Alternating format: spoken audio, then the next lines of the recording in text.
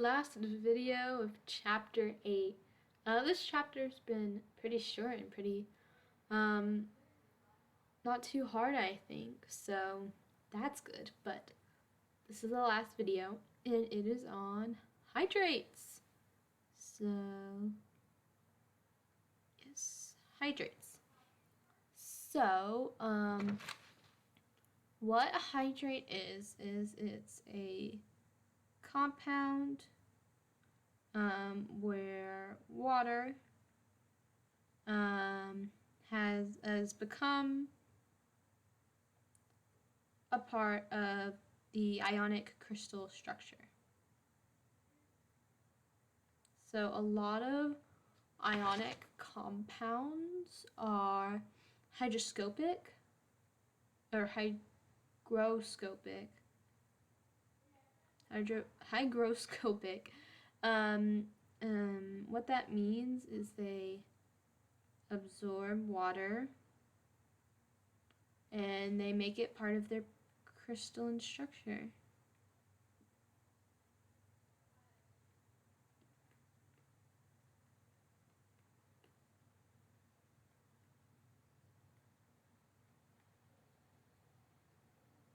I should note, this is ionic compounds.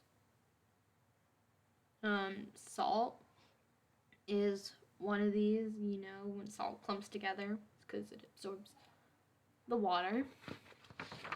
And so, yeah, when you do the formula shows the moles of water per crystal.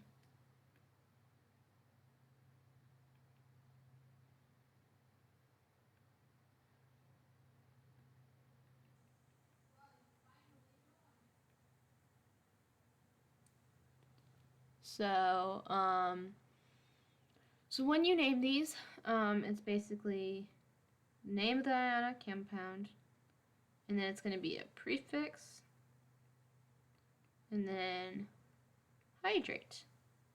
So for example, and then if you have it in symbols, it's going to be compound, and then a dot, not a multiplication sign, and that number, and then water. So that's like copper sulfate, pentahydrate. So you would write copper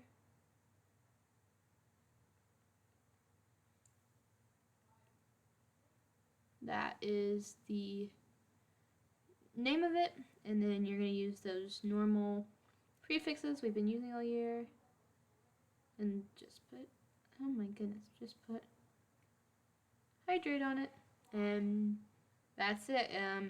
Same if you're going backwards. Calcium sulfate dihydrate,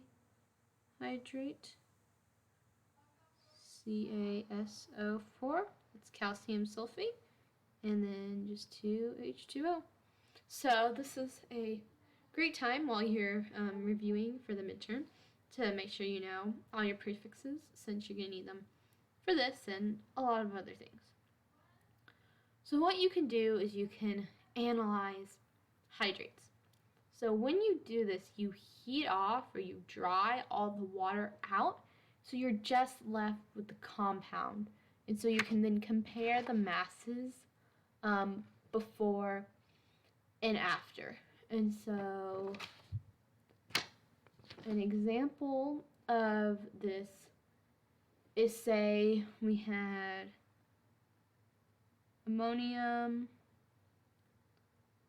Oh my goodness, my pen, oops, now it's gonna write. Okay, I just keep pressing the button. Ammonium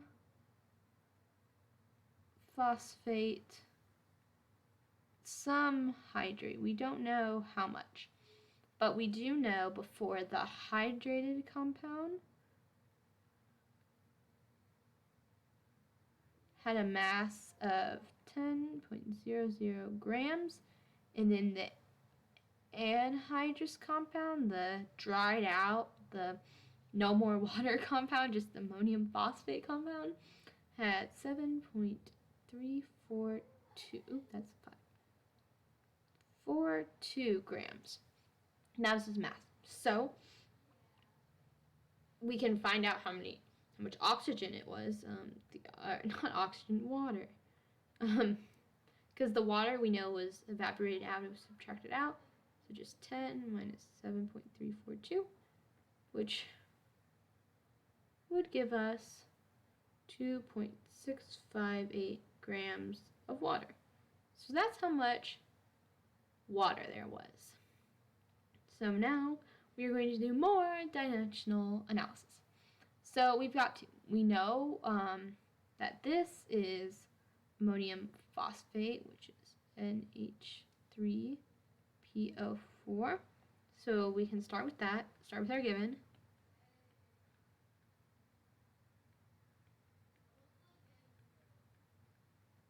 It's always over 1. Going to convert to moles, which you've probably seen is now a theme. We need the formula mass of ammonium phosphate, which is 149.12. You just find that how you've been finding it the whole time. Over 1 mole, as that is the conversion rate. Oops, I've been forgetting to put... Oh goodness, this is a 4. This is a 3.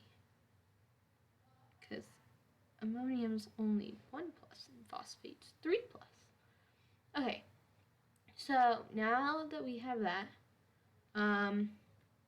just like the empirical, you're gonna divide that out and write down a whole lot of digits.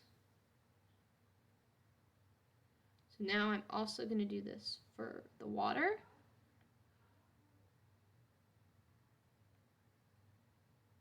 Making sure I copied this down right.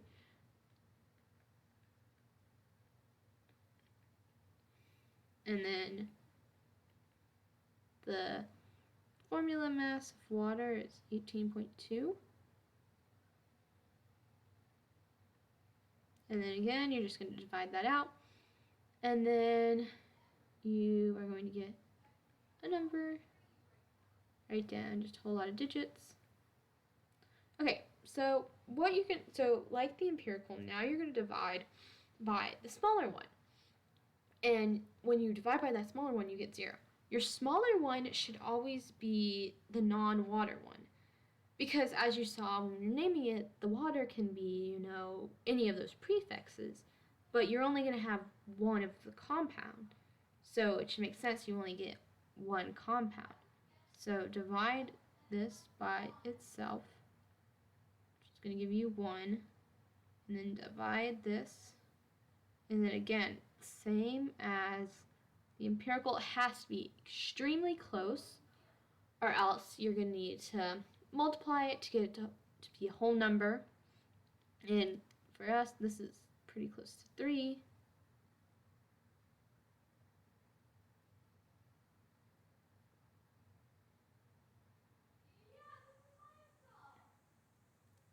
So we know the formula for this would be NH43PO4, 3 waters. Or if we wanted it in word form, ammonium phosphate trihydrate. And that would be the answer to that. And that's it for hydrates. That's the problems you're going to see with them. So, yeah, thank you so much. Just one more reminder. I'll be having a review session December 12th at 2 p.m. Just get in touch with me if you want the link to that. It'll be a Zoom. I'll also record it in case you can't make it, and I'll send it out. And feel free to share with friends, other people who might benefit from it. And yeah, that's it. Yay, done with chapter 8, which is great, and almost done with the semester. So thank you so much, everyone.